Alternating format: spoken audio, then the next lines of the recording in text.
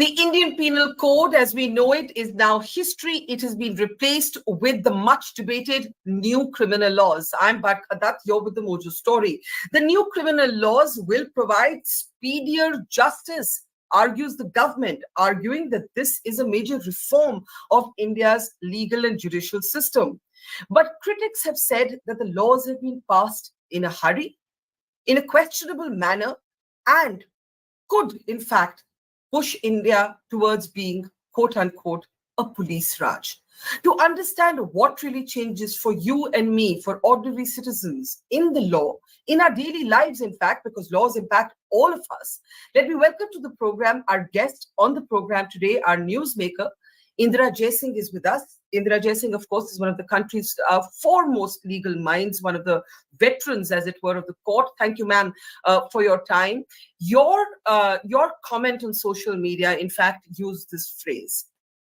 You said that in Nehru's time, it was, the tryst with destiny speech at the midnight hour, India woke up to independence. But in this case, at the midnight hour, India has woken up to what you call a few steps closer towards being a police Raj. Why do you use this phrase? Yeah. Barkha, see, given my age, I'm old enough to remember the tryst with destiny speech. So it's constantly on your mind. And all laws, when they give you a date, they come into force at midnight of the chosen day. So obviously, this law came into force on midnight of 1st July. It's today in force. Now, why do I say that it ushers in what we would call a police Raj? Primarily because it does 2 or 3 things. 1, it introduces the power to handcuff people. 2, it introduces solitary confinement. 3, by the way, these were outlawed by the judiciary. 3, it increases death penalty from 11 crimes to 15 crimes, whereas the world is moving towards abolition of death penalty. And our Supreme Court is also moving in that direction, where they're narrowing down what we call the rarest of the rare cases. And here we have the legislature expanding those crimes. Apart from why death penalty doesn't work, that's another issue. But let's come to the critical issue. The critical issue is police remand now can go up to 60 days or 90 days, depending on the nature of the crime. Now, under the old dispensation, you could not have a remand for more than 15 days in police custody. Beyond 15 days, it could be judicial custody. So, look, the main thing is they've got rid of judicial oversight. The magistrate sitting there is meant to be an impartial member of the judiciary who is overlooking the work of the police. Now you're getting rid of that. So if that is not police Raj, what else is it? Let me argue for a moment from the government's perspective. They say some things have improved. For example, we have put a finite timeline by which a judgment must be delivered once the trial is complete, and therefore they're saying this is speedier justice. 2, they have argued that we have done away with sedition. I know people like yourselves have written in the Indian Express and elsewhere that sedition has actually come back through the back door. But let's look at these 2 points that the government has actually, held out as achievements. A timeline now by which a judgment has to be delivered. They say this will vastly reduce the backlog. What do you say? See, Barkha, there are 2 issues over here. Timelines are known to laws. They're not new. Let me give you an example. The Protection of Women from Domestic Violence Act says you must get a stop violence order within 1 week. Let me tell you, you may not get it for 1 year. So they have put timelines in this law for everything, for investigation, etc., etc., etc., and similarly for judgments. The question is, will the Supreme Court see these as mandatory or as directory? Now, others have argued, other than me, that the timelines indicated for judgments are not long enough to enable a proper reasoned judgment in complex matters. Now, when they talk of complex matters, it could be matters relating to corporate fraud and so on and so forth. That's an issue which has been addressed by others. But the fact of the matter is that in this country, timelines have never been held to be mandatory. You take the Supreme Court of India, do they deliver their judgments in time? They don't. Okay, though they have set timelines for themselves. So it's an illusion to think. The most important thing is your workload of the judiciary is going to increase. All institutions have... Explain that. Why will the workload increase? Okay, it will increase because we will all be arguing on the question whether there are two parallel legal systems in this country as of now, meaning thereby anything registered or done prior to 1st July will have to continue under the old dispensation. Anything registered and continued under the new law will have to continue under the new dispensation.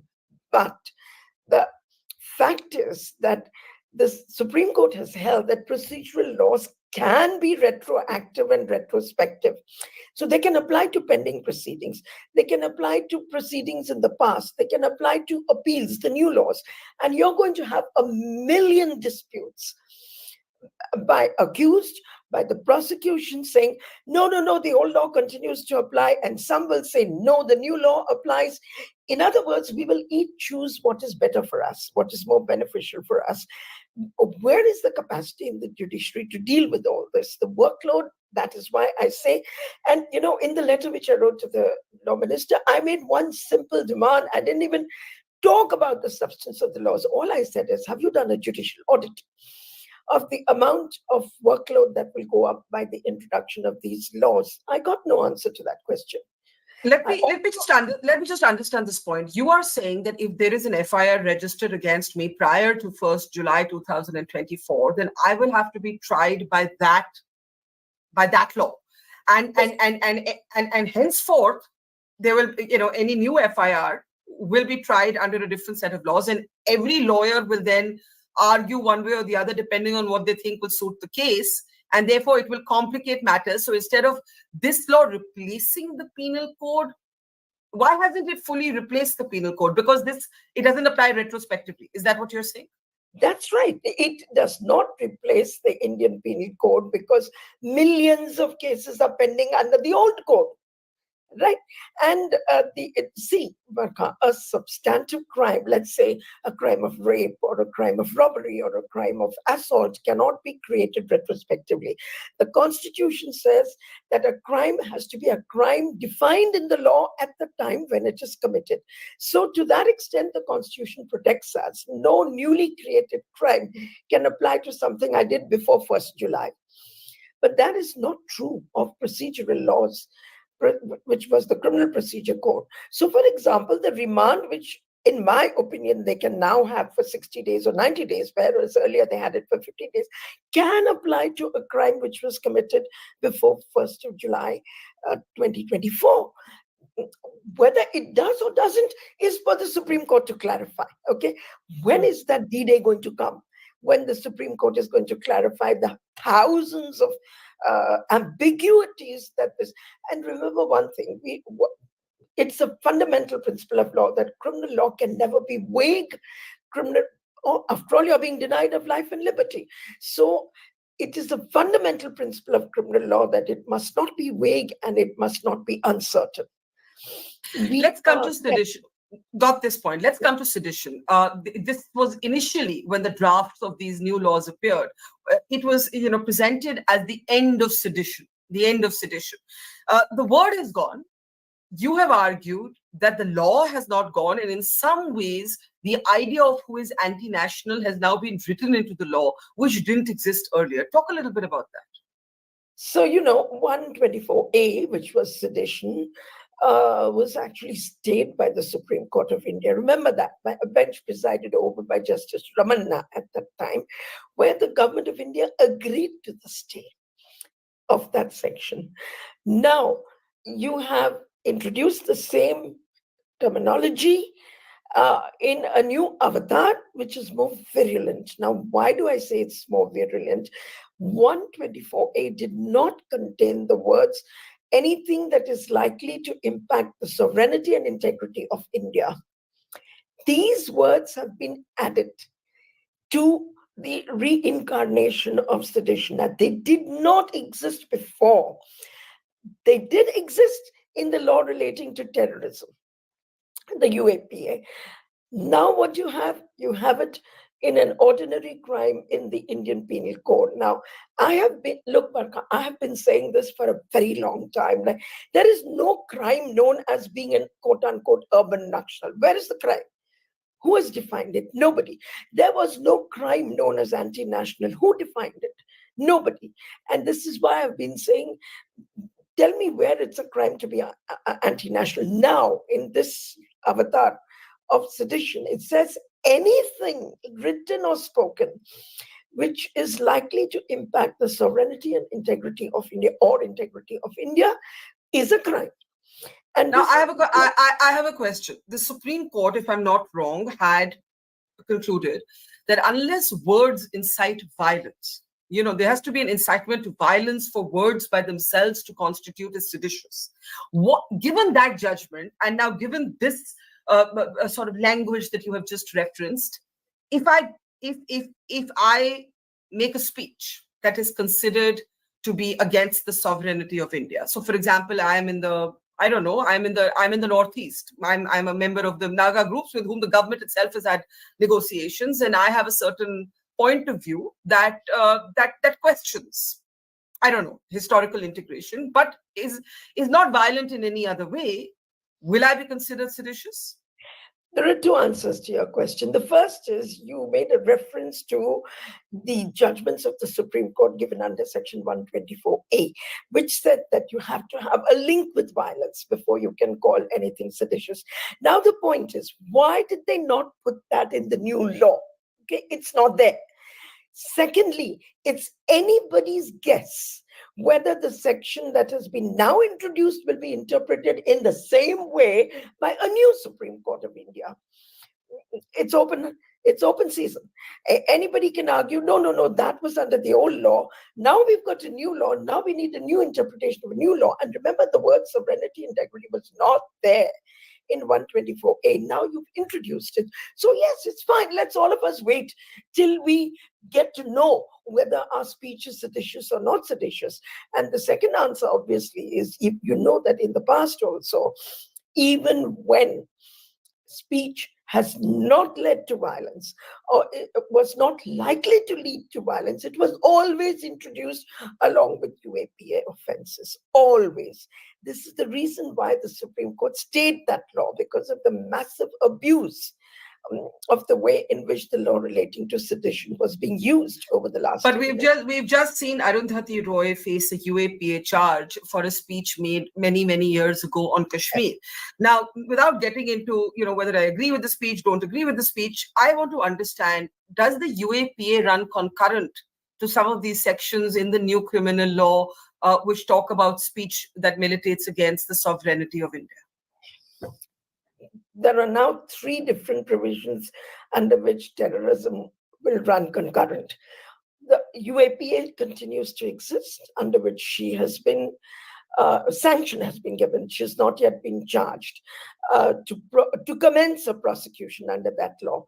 You now also have it under the new avatar of the Indian Penal Code, and you have it in the section relation to sedition. Okay, so there are 3 different laws which talk about sovereignty and integrity of India. Now, as I said, Arundhati may not be prosecuted under the new laws because that will offend the Constitution of India. Substantive laws cannot be retroactive. But what procedure will be used to prosecute her is not something I can guess or say, the old or the new. What about, the fact that you have spoken of the Chief Justice's, Justice Chandrachud's response to this? In fact, one of your comments on social media said the Chief Justice has taken a position. He's welcomed these laws. He, in fact, described them to be a watershed moment. What happens now? Now that the Chief Justice has taken a position on these laws that are being so fiercely debated in the public space, is that some sort of conflict of interest, or how do you see it? It was a sad day when he made a comment welcoming these laws. First of all, it was completely unnecessary. as the Chief Justice of India, he should have known or ought to have known that there is going to be a challenge to these laws, and he will be called upon to decide about the constitutional validity. Barkha petitions were filed against these laws even before they came into force, and the court rejected them, saying they have not come into force. But D-Day has come now. So obviously there will be a whole new lot of petitions filed in the court, which the Chief Justice of India is going to be called upon to decide. Now, what happens once he has already welcomed these laws? Certainly it will lead to a bias in the mind of the petitioners. Look, and of course, public interest litigation is one thing, but there are real people who will go to court, who will be probably arrested, and who will say, why am I being arrested for 60 days? Why am I being arrested for 90 days instead of 15 in police custody? What happens then? They will definitely carry a bias in their minds that a person who has pronounced on these laws in the public domain is going to be biased against me. Now, it's not, as I can understand, probably the Chief Justice meant that the introduction of IT technology in the use of forensic investigation is a welcome step. But the comment was not confined to that issue. So I think it's a very serious matter. So, I mean, he can't possibly recuse himself from all the cases that come to the Supreme Court. Yes, that would. I mean, if there are millions of cases, he can't refuse. It's not practical. Though we don't really know his mind on these laws. He may have been making a general comment that you say he should not have made. I do agree with you that we are not in a position to make up our minds exactly what he meant when he said what he said. But there is no way of knowing unless he's willing to have a proper debate with the legal profession. We now have Supreme Court Bar Association, a new president who can certainly approach him and request a debate on the issue. Transparency on these matters is always welcome. There is no two ways of looking at it. But when something is for sure going to be pending in a court of law, then I guess it's best for judges not to comment on it outside the courtroom. Civil society groups have raised some concerns about the law not recognizing rape of men, of transgenders. I know you have years ago fought a long fight to decriminalize homosexuality. We've moved very far on that. 377 goes, but it leaves these ambiguities as it goes. What concerns you about that? The obvious concern is that same-sex abuse now goes without a criminal remedy. But I've been reading in the press that the law minister has made an announcement that he's going to look into this matter. The point, of course, is there are mindless inclusions and mindless exclusions from this law. And it bothers you. Why was this new law necessary at all? Now, they probably will turn around and argue, 90% of the provisions are the same. Well, if 90% of the provisions were the same, all they needed to do was to amend the old law and add a few of the provisions, particularly the ones relating to forensic investigation with the aid of technology, into the old law. They chose not to do that, and that's why the entire process has turned out to be so mindless. One of the things that they argue is a welcome thing, and on surface it does seem to be a good development, is the concept of the zero FIR. In particular for women, for example, who have faced sexual violence, you don't have to go to the police station that is in the jurisdiction of where you were attacked. You can now file an FIR irrespective of where you are. And we saw how this was applied, for example, in Manipur. Do you welcome that or welcome any other features? And when it comes to the process of registering an FIR, that has been another contentious aspect of these new laws. So it was the law that you could register a zero FIR anywhere by virtue of a decision of the Supreme Court of India, and we've been doing it. But yes, it is a welcome addition to a statute, which is then binding on the police. They can't say, we don't know what the Supreme Court said and what they didn't say. So yes, I agree. It is a welcome addition, but it's nothing new. It is the same thing. And I think you had one. What changes in how the police are obliged or not obliged to register an FIR? A lot changes. For offenses punishable between 3 to 7 years, they are not obliged to register an FIR. They can conduct what they call a preliminary inquiry, open house for corruption. Okay.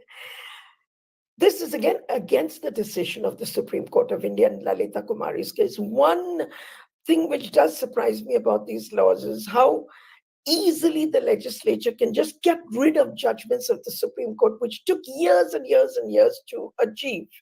The fight to ensure that an FIR is registered as soon as the complaint is made was over a period of 10 to 20 years by the time the case reached the Supreme Court of India. And with the stroke of a pen, they've got rid of it. And now they say all offenses punishable between 3 to 7 years can now undergo a preliminary inquiry, okay, which means you're stuck. And it's then within the discretion of the police to decide whether to register or not to register an offense. What do you make of the first two cases that we know of in which the new laws have been applied? A motorcycle theft in Gwalior, a street vendor in Delhi. So then, particularly street vendors, I have a soft corner for street vendors for various reasons. I buy a lot of my daily commodities from them ever since I did the Bombay Hawkers Union case, which was way back in 1986, where the Supreme Court declared the right to hawk a fundamental right. So what do? You pick up the poor. Who's going to be affected by these laws? The most marginalized communities, right? And if I read correctly, they've imposed a fine of 5,000. Where is a street vendor going to get 5,000 rupees to pay? For what? For something as simple as being on a street. And, this is it's an issue which is a class issue, if I may put it that way. And it's a lot of, middle class and upper class people who say, street vendors and slum dwellers and hawkers and pavement dwellers are a nuisance. So let's just remove them. And this seems to have happened in this particular case, where the only thing the person is accused of is placing some objects on the street, for which you have to pay 5,000 rupees. Finally, as we end, what happens now? What happens? Is this now a done deal? Can there still be amendments? Of course, there can still be amendments. Move to this law. Now that the law has not been put in abeyance, as you and others had argued, there's also the questionable or the much debated process by which they were passed. They were passed in Parliament when more than 100 members of opposition were suspended. But what happens now? Look, Barkha, I'd like to preface my comment by saying that there's a sense of deep disappointment with particularly the allies of this government, because civil society made a strong appeal to them to raise this issue in Parliament. It was a simple matter of issuing a notification extending the date for implementing these laws until the new Parliament had an opportunity to look at these laws. They didn't do it. I haven't heard, correct me if I'm wrong, but I have not heard a word from the allies of this government making this request, saying that give us an opportunity to just relook at these laws. And all you need to do is issue a notification saying the effective date will be notified later. That didn't happen for me. This is the biggest disappointment that I can possibly think of. So to answer your question, what happens next? We are in a mess. That's what happens now. And I guess the ball is now in the Supreme Court of India. You've got a flurry of activity. The Bar Council of India is convening meetings. They've called all the bar associations in to have a discussion. But to what end? The new laws are upon us. That's all there is to it. And the Chief Justice has, to some degree, taken a position on them, further confusing, in a way, the opportunity for legal recourse? I think so. So now I think the only solution left is for the 5 senior most judges of the court to hear the case. And this might mean excluding the Chief Justice of India. It's for him to decide whether he will recuse himself from hearing this. Because unless he comes out and elaborates on his position, because we have only one sentence from him. Well, an elaboration will be most welcome. But Barkha, I can tell you that one of the most contentious pieces of legislation that has been put on the table is the use of electronic evidence, its admissibility and its relevance in the Indian Evidence Act, in the replacement of the Indian Evidence Act. And we all know that the Chief Justice is maybe rightly so, very keen on introducing technology into crime investigation. But look at the Bhima Koregaon case, for God's sake. Has the law dealt with remote planting of malware? It hasn't. Who is going to ensure that the electronic evidence that you collect is actually what was on my device? It's going to be one of the biggest contentious issues of these three laws, I would say, more than anything else. Many of us use devices now. A lot of crime takes place on the media. So everybody's going to say, well, this was not my device. You didn't take it in the manner prescribed by law. You don't know whose computer it's taken from. You don't know what malware. And in the Bhima Koregaon hearings, if I remember correctly, it was Justice Chandrachud who actually was scathing about the way the police had conducted itself. If I'm not wrong. This law makes no provision for finding out whether malware has been remotely planted or not. All those disputes will continue. Troubling questions. We leave it there, Indira. Thank you for giving us a lot to think about. But yes, I think none of us know what happens next. The laws are upon us unless the government is persuaded to have a change of heart, unless the new opposition can make enough noise and use its numbers to at least have a proper debate in the public space, or then the final word belongs to the courts. Thank you, Indira Jaising. Yes. One last thing. I do not understand how the names of laws can be changed simply by using Sanskrit in the Roman script. Okay, how do you change them? There are laws relating to languages in which laws are, and then what happens if every state amends the laws and says we are going to change the name to a Kannada name or a Tamil name? So one thing about that, the government has said the states are free in some of the spaces, some of the clauses to bring their own amendments at a state level. What do you make of that? Indeed, the states are free, but an amendment made by the state goes to the President of India, and the President of India takes a call whether the amendment is justified or not justified. You're stuck. You're back to square one. But technically, the states can amend these new laws. Oh, yes, they can, and I would urge all of them to amend them. To make sure that life and liberty are protected, not for any other reason. They might even want to change the names, use a Kannada name, use a Telugu name.